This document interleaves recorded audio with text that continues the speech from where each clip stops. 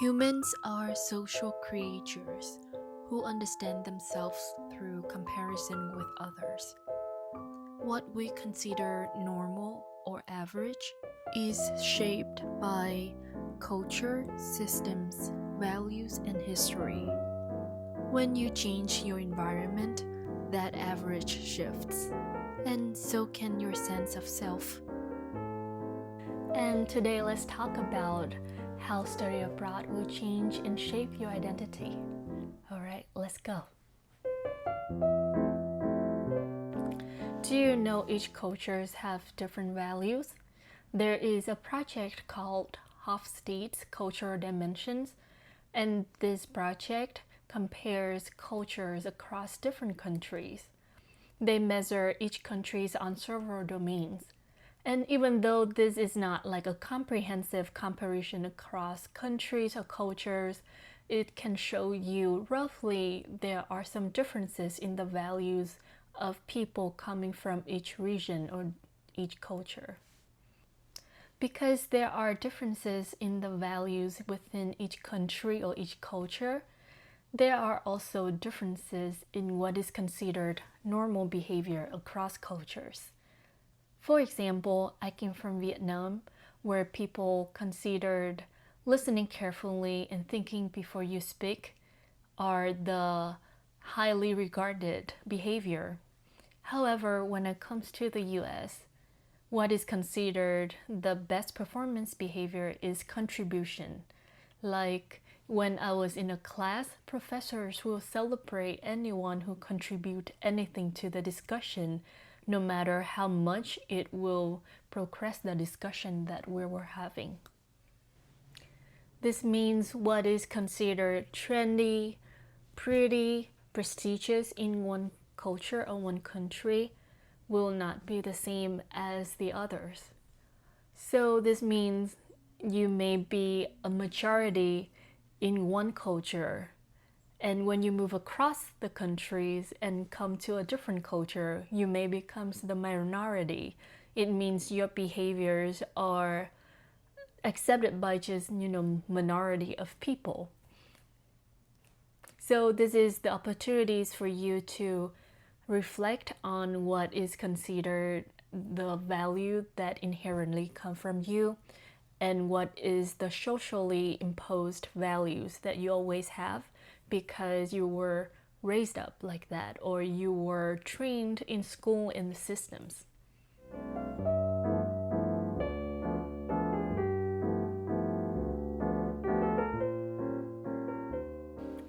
When you move from one culture to another culture, sometimes there will be a cultural class in which you have to choose between one or the other of the culture. So at the situation, you will decide whether to remain at the formal culture or to change to the new one. And gradually, you have a mixture of, some behaviors that you develop from the formal culture and some others behavior that you develop from adapting to a new culture. I think whether the decision is to stay or to change has its own pros and cons.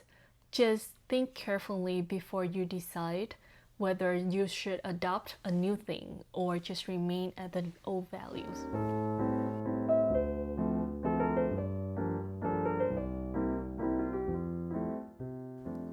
And because you're moving away from a familiar place to a new place, some of your interests will probably fall behind too.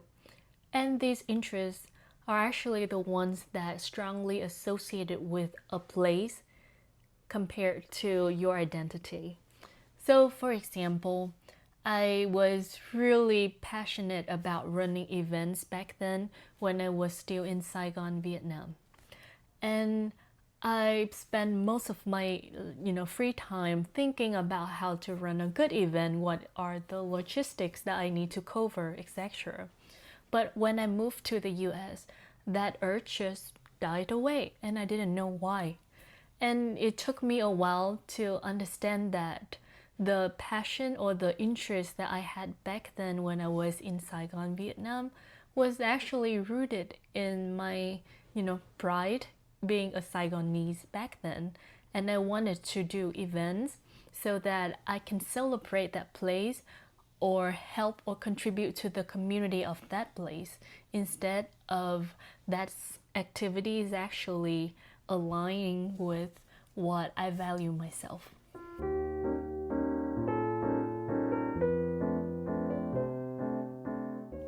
And if after a while you decide to go back to the old culture or the old place, you will probably experience a phenomenon called reverse culture shock. And this is a totally normal experience because you are already getting used to behave certain ways according to a new culture. So you will find a little strange like why people behave certain way in the old place or the original place that you come from. And over time you will develop this ability to switch code.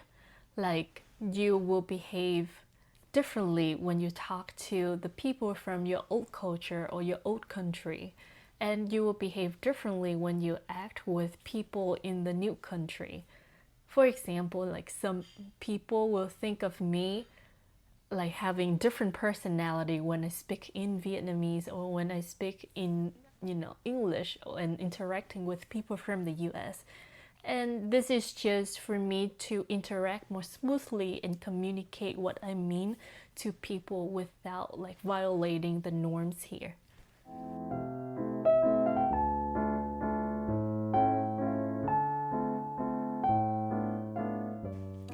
Living abroad will definitely bring you a new level of challenge. Like you can face problems with legal status, transportation, accommodation, finance, study or work, and most of the problems will come at once. So during these hardships, you will definitely learn and grow, but they will definitely leave you some scars.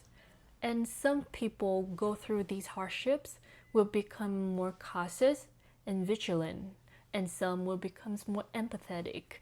And like it's inevitable or unavoidable to experience hardships here. So it's important for us to observe and to guide ourselves toward a more healthy way to cope with the hardships.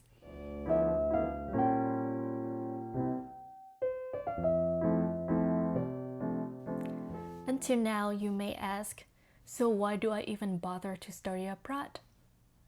Well, I would say in exchange for some loneliness, some tears, some depressed days, you may be able to gain better clarity of your identity because you can separate what you actually value and what the cultures want you to value.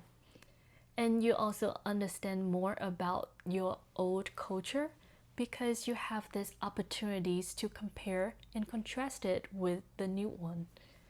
And of course, through hardships, you will develop some survival skills and resilience that you can bring across life.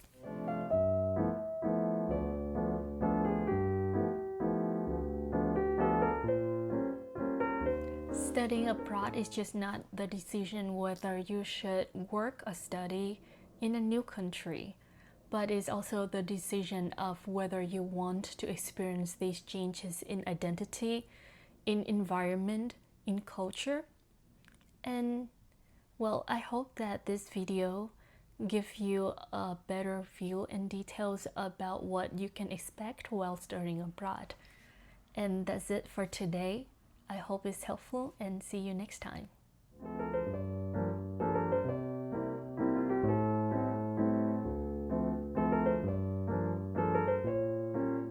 Half-steed, coach, half-steed.